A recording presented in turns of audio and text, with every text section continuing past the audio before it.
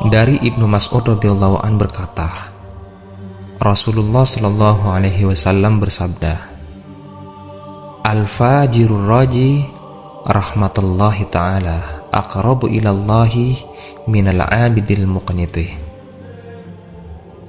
Pendosa yang mengharapkan rahmat Allah adalah lebih dekat kepada Allah daripada abid, yakni ahli ibadah yang membuat orang berputus asa dari rahmat Allah. Ada ahli maksiat tapi selalu meminta rahmat Allah.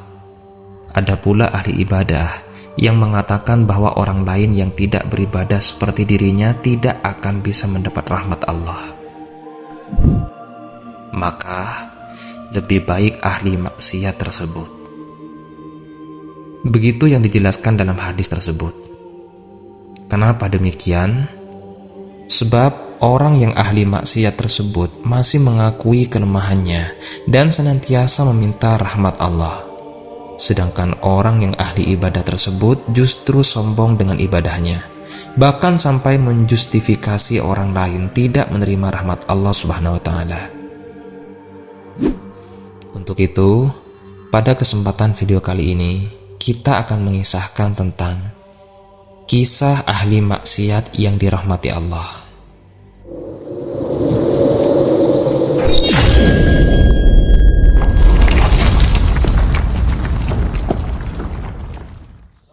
Pada zaman Nabi Musa alaihissalam, ada seorang laki-laki yang meninggal dunia. Namun masyarakat di sekitarnya menolak untuk memandikan dan mengkafaninya. Malah membuang mayat tersebut ke tempat sampah dengan alasan bahwa laki-laki tersebut suka membuat kemaksiatan.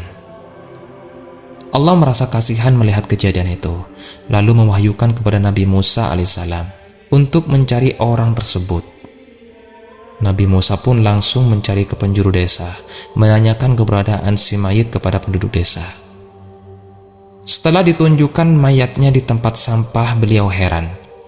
Kenapa orang ini dibuang di tempat sampah?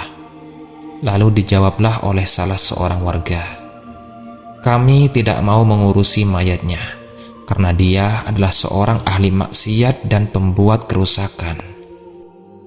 Nabi Musa bertanya kepada Allah, Ya Allah, kenapa engkau ingin aku mengurus jenazah seorang yang ahli maksiat dan pembuat kerusakan? Maka Allah berfirman, Aku mengetahui bahwa laki-laki tersebut adalah ahli maksiat dan selalu membuat kerusakan setiap harinya. Tapi hingga ia meninggal, ia tidak pernah berputus asa untuk meminta rahmat dan ampunan kepadaku. Maka aku mengampuninya. Sebelum ia meninggal, ia berdoa kepadaku, Ya Allah, ampunilah aku dan rahmatilah aku, karena aku tahu aku melakukan maksiat karena hawa nafsuku, karena kehendak teman-temanku dan karena kehendak iblis. Ya Allah, seandainya aku bertemu dengan dua orang, yakni orang fasik dan orang soleh, maka aku akan mendekati orang yang soleh tersebut. Ya Allah, seandainya ada perbuatan baik dan buruk, maka aku akan mendahulukan perbuatan baik. Jadi, Allah mengetahui isi hati orang tersebut, bahwa ia selalu mendahulukan kebaikan daripada keburukan, dan tidak pernah putus asa terhadap rahmat Allah Subhanahu wa Ta'ala. Maka, Allah mengampuninya. Cerita yang serupa juga terjadi di zaman Nabi Muhammad SAW. Saat itu, ada seorang yang selalu bermaksiat setiap harinya. Ketika meninggal dunia, tetangganya tidak ada yang mau mengurusi mayat ahli maksiat tersebut, dan anehnya, Rasulullah SAW justru mendatangi rumahnya dan memandikan serta mengkafaninya. Melihat kejadian ini, para sahabat terheran-heran. Kenapa Rasulullah SAW bersedia mengurusi jenazah orang yang selalu berbuat maksiat ini? Sebagai sahabat Nabi yang selalu membantu Rasulullah, sudah pasti mereka ingin membantu. Tapi sesampainya di depan rumah si mayit, mereka malah tidak boleh masuk oleh Rasulullah. Kemudian Rasulullah mengabarkan bahwa di dalam sedang banyak malaikat yang sedang berziarah. Mendengar kabar ini, para sahabat semakin heran dan menanyakannya kepada Rasulullah SAW. Mengapa orang ini dimuliakan, padahal selalu melakukan maksiat dan kerusakan? Maka dijawablah oleh Rasulullah, ya, memang orang tersebut ketika siang selalu melakukan maksiat dan kerusakan.